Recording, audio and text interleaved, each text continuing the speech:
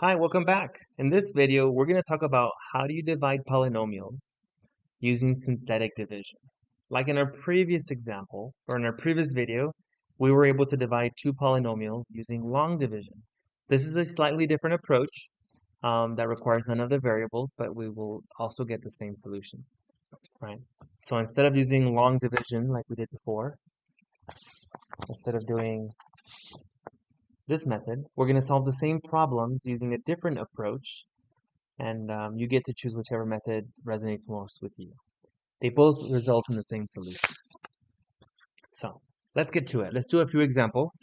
If you haven't liked the video, go ahead and do that now. And if you're not a subscriber, you're missing out. All right, let's do an example of synthetic division and what this means.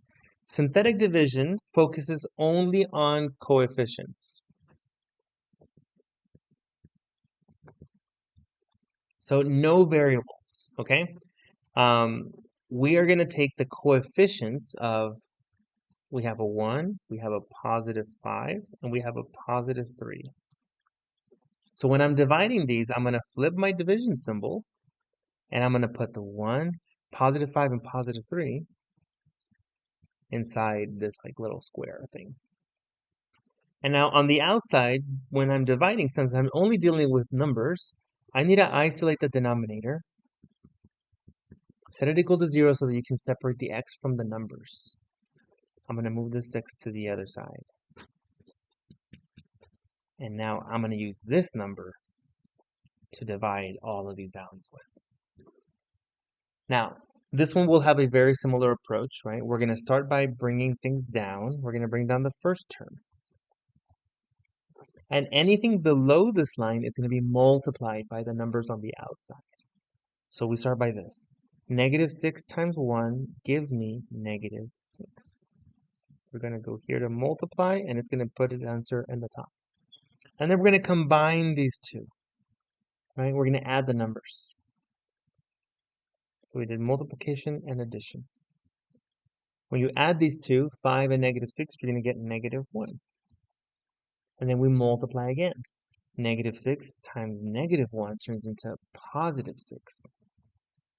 And then when you add these, you're going to get 9. And that's it. Now, since we removed the variables, right, we took the 1x squared plus 5x plus 3, and we only focus on the variable, on the numbers and the coefficients, we need to bring the variables back. Well, the last number represents my remainder. It'll always represent the remainder, right? And since the original problem, we were dividing x squared divided by x, what do you get when you divide a general equation? X squared divided by x. Well, on top, you have 2 x's, and on the bottom, you have 1. When you divide a quadratic by something linear, one of those will cancel, leaving you with just x. So the result of this problem, right, will look like this. It'll be 1x minus 1, with 9 being the remainder of x plus 6. So we start by removing the variables, dealing with just coefficients, and then we bring the coefficients, we bring the variables back into the solution, right? So it helps to have like a general polynomial here. Let's say we go to the 5th power, bx to the 4th, cx cubed, dx squared, ex plus f. It helps to have this, right, as a template, because if I'm dividing x squared divided by x, my solution will start here at x. My solution will then look like an x and a number will be the result, which is what we got, right? We got 1x minus 1. We got 2 terms left in there. Let's try another example.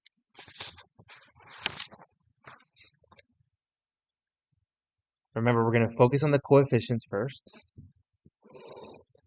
The coefficients are 1, 7, 10, and negative 6. Those are going to go on the inside, right? Just the coefficients. 1, 7, 10, and negative 6. On the outside, we're going to divide it by isolating this variable. You set it equal to 0, and you isolate. So we're going to use -3 when we're dealing with our method. We're going to start by bringing it down, right? We start by bringing it down. We multiply. -3 times 1 is -3. And then we add the terms. When you combine these, you're going to get 4. And then we repeat. What's -3 times the new number, right? -3 times 4 is -12. And we combine these to get -2. It's always going to be the numbers below this line that are going to be multiplied, right? -3 times -2 is +6. And when you combine these, you get 0. Which means 0 is my remainder. What does that tell me? It means that this is a perfect factor, right? So let's interpret this. In our previous scenario, we had this general equation. You can see what this means. We were dividing a cubic by an x. So x cubed divided by x. What does that mean if we're dividing a cubic by an x? Well, we have 3 x's divided by x, which means we're left with an x squared problem. Right? So the solution here is going to start at x squared. The 1 belongs to the x squared, the 4 belongs to the x, and the -2 corresponds to the constant. So that's the thing, right? Once I have my solution, I need to bring the variables back. The 1 belongs to the x squared, the 4 belongs to the x, right?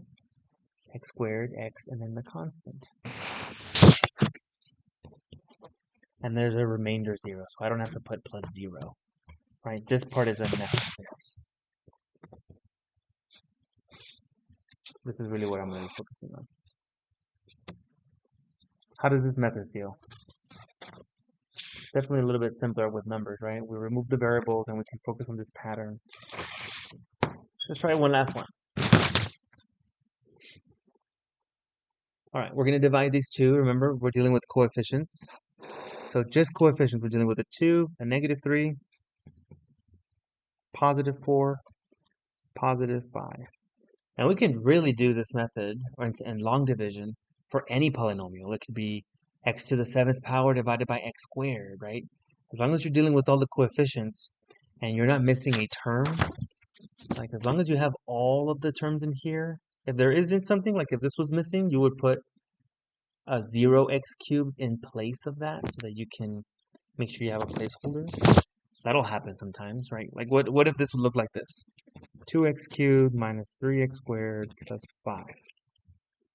If that was the problem, I noticed from my general equation, let's bring it over here. I noticed from the general equation that I have an x cubed, I have an x squared, I have a a 5, but I'm missing the x in the middle. So what I would do is I would rewrite this problem like this, with a 0x in the middle that's missing, plus 5, to ensure that I have one of each term. And then in here, if it was missing, I would put a 0 in the place that it belongs. But for this problem, we have nothing missing, right? We have everything that we're looking for in this problem. So I don't have to put 0 as a placeholder. I have all the terms that I need. What are we going to put on the outside? Isolate the variable, which means move it over by itself. We're going to divide everything by -2. Okay, that's going to be our denominator. So let's bring down.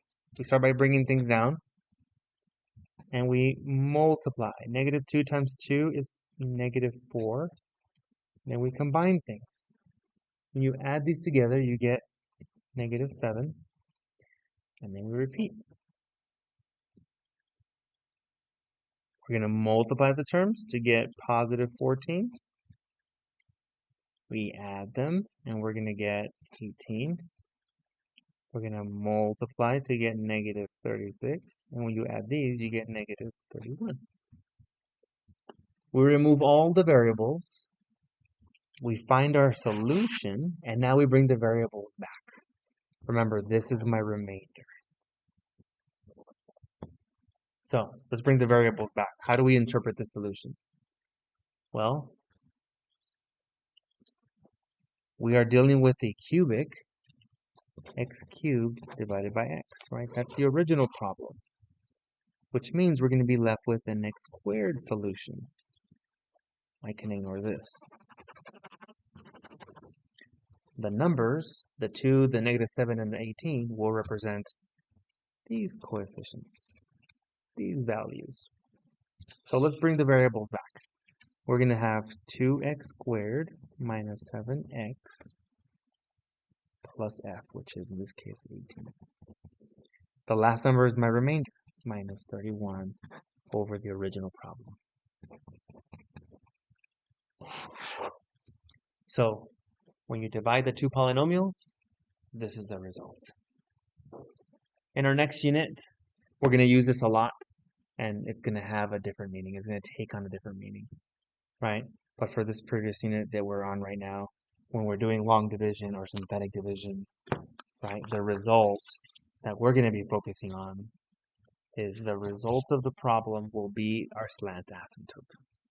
When you're dividing two polynomials, it's because the numerator, the exponent on top, was bigger than the exponent in the bottom. And that creates a slant asymptote.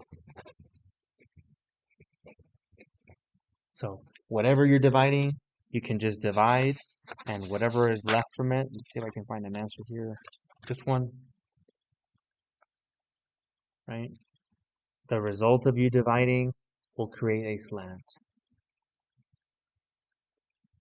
And we'll talk about how to graph that, right? Start at -1, the slope is 1 over 1.